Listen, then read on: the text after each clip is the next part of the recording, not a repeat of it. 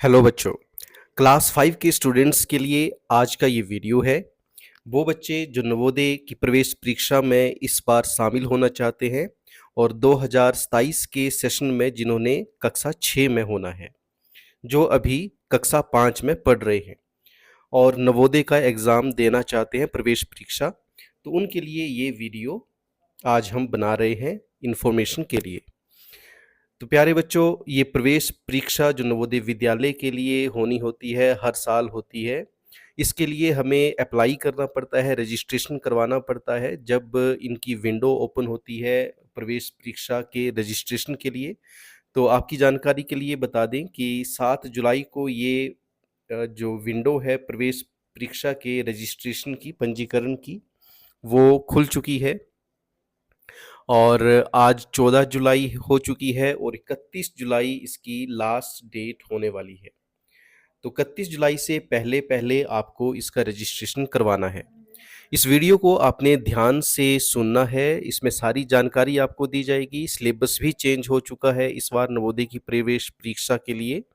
जो सिलेबस होता है उसमें कुछ अपडेट किए गए हैं, तो वो सारी जानकारी आपको इस वीडियो में बताई जाएगी, तो ध्यान से इसको पूरा आपने देखना है।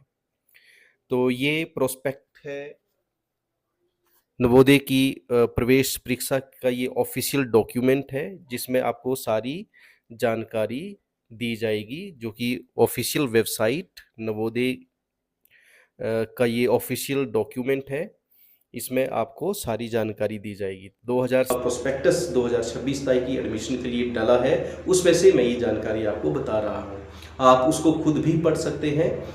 जब आप जेएनवी ये सारी डिटेल आप जेएनवी रजिस्ट्रेशन 2026 तारीख कक्षा 5 क्लास 5 के लिए आप गूगल पर सर्च करेंगे तो आपको वो वेबसाइट मिल जाएगी। इस वेबसाइट का लिंक आपको इस वीडियो के डिस्क्रिप्शन में भी मिल जाएगा, तो आप खुद भी ये सारी डिटेल स्टडी कर सकते हैं। और अगर इतना आपके पास टाइम नहीं है तो इस वीडियो को 5 से 7 मिनट का ये वीडियो बनेगा, ध्यान से सुनना है, आपको सारा प्रोसेस बताया जाएगा। अभी जो जरूरी जानकारी है वो पॉइंट टू पॉइंट मैं आपको बताऊंगा कि क्राइटेरिया क्या है, कौन बच्चे इसमें अप्लाई कर सकते हैं। सबसे पहला तो एज का क्राइटेरिया, जो बच्चे 1 मई 2015 से 1 मई 2015 से 31 जुलाई 2026 के बीच बोर्न है, वो बच्चे इस एग्ज़ाम में अपीयर होने के लिए एलिजिबल हैं। जिन बच्चों की डेट ऑफ बर्थ इससे कम है या इससे ज़्यादा है, वो बच्चे यहाँ 2017, तो जिनकी एज इस रेंज में है डेट ऑफ बर्थ, वो बच्चे एलिजिबल हैं इस एग्ज़ाम में अपीयर होने के लिए।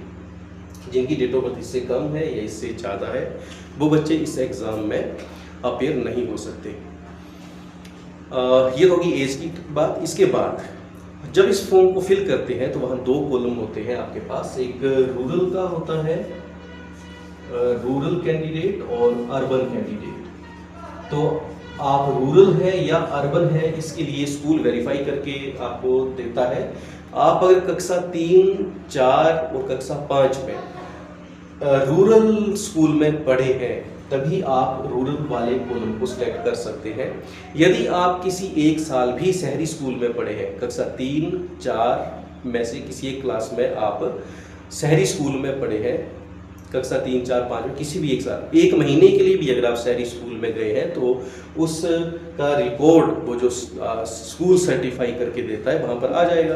तो उस केस में आप शहरी विद्यार्थी माने जाएंगे, ना कि रूरल विद्यार्थी। रूरल विद्यार्थी उन्हें ही माना जाएगा जो लगातार 3 साल से कक्षा 3, कक्षा 4 और कक्षा 5 तीनों ही जो कक्षाएं हैं, तीनों ही जो क्लासेस हैं वो रूरल स्कूल से ही पढ़ी हों, तभी आप रूरल का क्राइटेरिया सेलेक्ट कर सकते हैं, रूरल का जो कॉलम है उसको सेलेक्ट कर सकते हैं। क्योंकि 70% जो सीट्स हैं वो रूरल क्षेत्र के विद्यार्थियों के लिए रिजर्व होती हैं नवोदय विद्यालय में, तो कोई गलत कैंडिडेट गलत ऑप्शन सेलेक्ट ना कर ले उस रिजर्वेशन का फ़ायदा लेने के लिए। इसीलिए नवोदय जो संस्थान है उन्होंने ये क्राइटेरिया बनाया हुआ है कि कहीं कोई ऐसा कैंडिडेट ना हो जो है तो शहरी, तीसरी और चौथी उसने शहरी विद्यालय में करी है, लेकिन रिजर्वेशन का फ़ायदा लेने के लिए, रूरल रिजर्वेशन का फ़ायदा लेने के लिए कक्षा 5 में वो रूरल स्कूल में आ गया हो। तो इस चीज़ को समझते हुए नवोदय संस्थान ने ये क्राइटेरिया रखा है कि रूरल कैंडिडेट उसे ही माना जाएगा जो तीसरी, चौथी और पाँचवीं लगातार न उसने रूरल क्षेत्र के स्कूल से करी हो। ये तो होगी बात एलिजिबिलिटी की। इसके बाद जब हमने रजिस्टर करना है तो रजिस्टर करते टाइम क्या डॉक्यूमेंट आपके चाहिए। ये आपकी क्वालिफिकेशन की बात होगी कि कक्षा 5 के विद्यार्थी हैं, तीसरी, चौथी, पाँचवीं आपने जिस विद्यालय से करी है उस हिसाब से आप रूरल अर्बन सेलेक्ट कर सकते हैं। इसके साथ आप को मैं एक और जानकारी बता दूं, जो विद्यार्थी रेगुलर स्कूलिंग नहीं करते हैं, ओपन स्कूलिंग से उस कक्षा 5 की इक्विवेलेंट एग्ज़ाम दिया हुआ है, तो कक्षा 5 के इक्विवेलेंट एग्ज़ाम होते हैं उसको बी सर्टिफिकेट बोलते हैं। तो अगर किसी विद्यार्थी के पास बी सर्टिफिकेट है, रेगुलर स्कूलिंग नहीं है लेकिन ओपन स्कूलिंग से बी सर्टिफिकेट लिया हुआ है और इस क्राइटेरिया को फिल करता है, उसको अब रूरल का सर्टिफिकेट उसको कंसर्न जो अथॉरिटी है पंचायत और तहसील लेवल पर, वहाँ से उसको रूरल सर्टिफिकेट बना करके यहाँ सबमिट करना होता है और क्लास उसका बी सर्टिफिकेट होना चाहिए अगर ओपन स्कूलिंग करी है तो। इसके साथ साथ बच्चों, जो बच्चे अप्लाई कर रहे होते हैं नवोदय विद्यालय के लिए, उन्हें एक और बात का ध्यान रखना होता है कि जिस डिस्ट्रिक्ट में वो अप्लाई कर रहे हैं उस डिस्ट्रिक्ट के वो स्थायी निवासी होने चाहिए। यदि वो वहाँ के स्थायी निवासी नहीं है तो भी वो वहाँ अप्लाई नहीं कर सकते हैं, क्योंकि ये क्राइटेरिया है कि जिस जिला में आप पढ़ाई कर रहे हैं उसी जिला के आप स्थायी निवासी होने चाहिए और उसी जिला के कंसर्न्ड जो नवोदय विद्यालय है उसके लिए आप एलिजिबल हैं अप्लाई करने के लिए। यदि कोई विद्यार्थी किसी दूसरे स्टेट में, किसी दूसरी डिस्ट्रिक्ट में स्टडी कर रहा है तो वो वहाँ अप्लाई नहीं कर सकता, क्योंकि वो वहाँ का परमानेंट, वो बोनाफाइड रेजिडेंट वहाँ का नहीं है।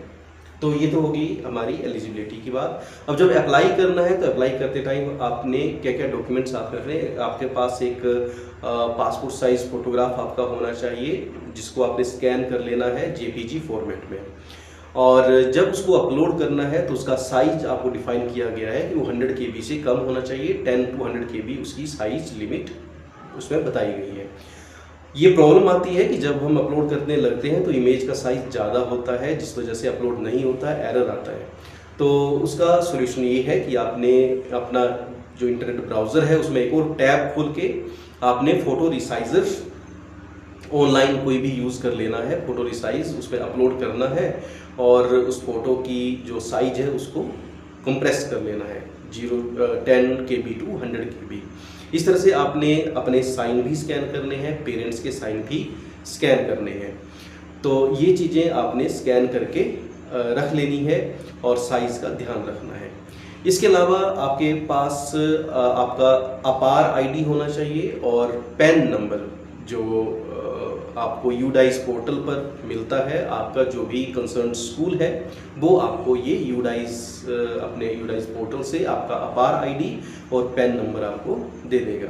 तो ये सारी जानकारी आपके पास होनी चाहिए। उसके बाद आपने ये अप्लाई का प्रोसेस, आपका आधार नंबर आपके पास होना चाहिए, आधार कार्ड आपके साथ होना चाहिए।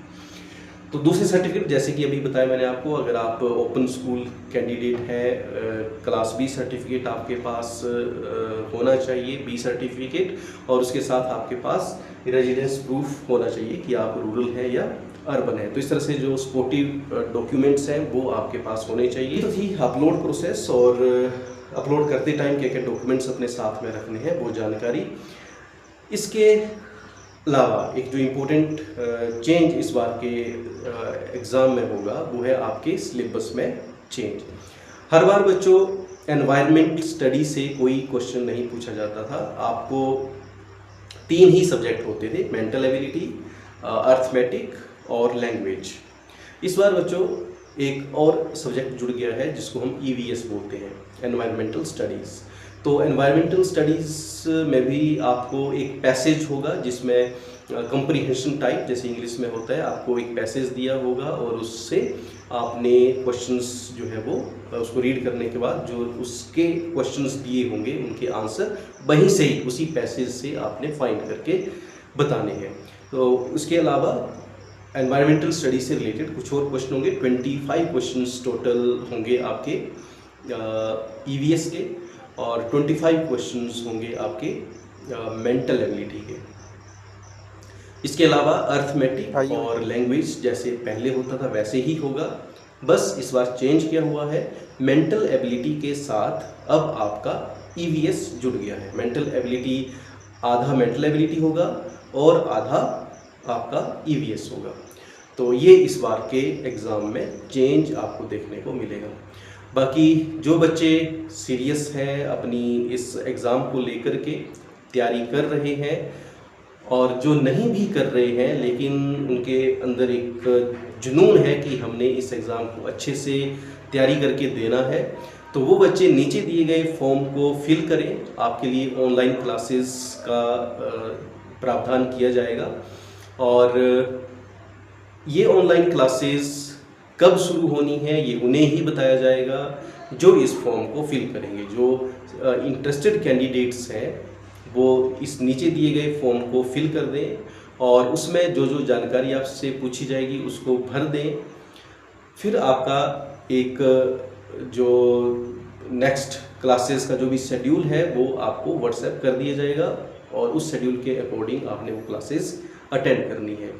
तो उम्मीद करता हूँ मैंने सारी जानकारी आपको इस एग्ज़ाम से रिलेटेड बता दी है। कुछ जानकारी बच गई हो तो आप खुद भी इस प्रोस्पेक्ट को एक बार पढ़ें। पढ़ने से आपका कॉम्प्रिहेंशन जो स्किल है वो इम्प्रूव होता है, जानकारियाँ कलेक्ट करने की जो एबिलिटी है वो इम्प्रूव होती है। तो मैं रेकमेंड करूंगा कि इस प्रोस्पेक्ट को एक बार खुद भी पढ़ें, और भी कई एडिशनल जानकारी आपको उस प्रोस्पेक्ट में दें। इस वीडियो को पूरा देखने के लिए धन्यवाद, और जैसा कि मैंने बताया इस फॉर्म को, दिए गए फॉर्म को जरूर भरें, और अपनी ऑनलाइन क्लासेस के शेड्यूल की जानकारी आपको आपके व्हाट्सएप पर मिल जाएगी। Thank you.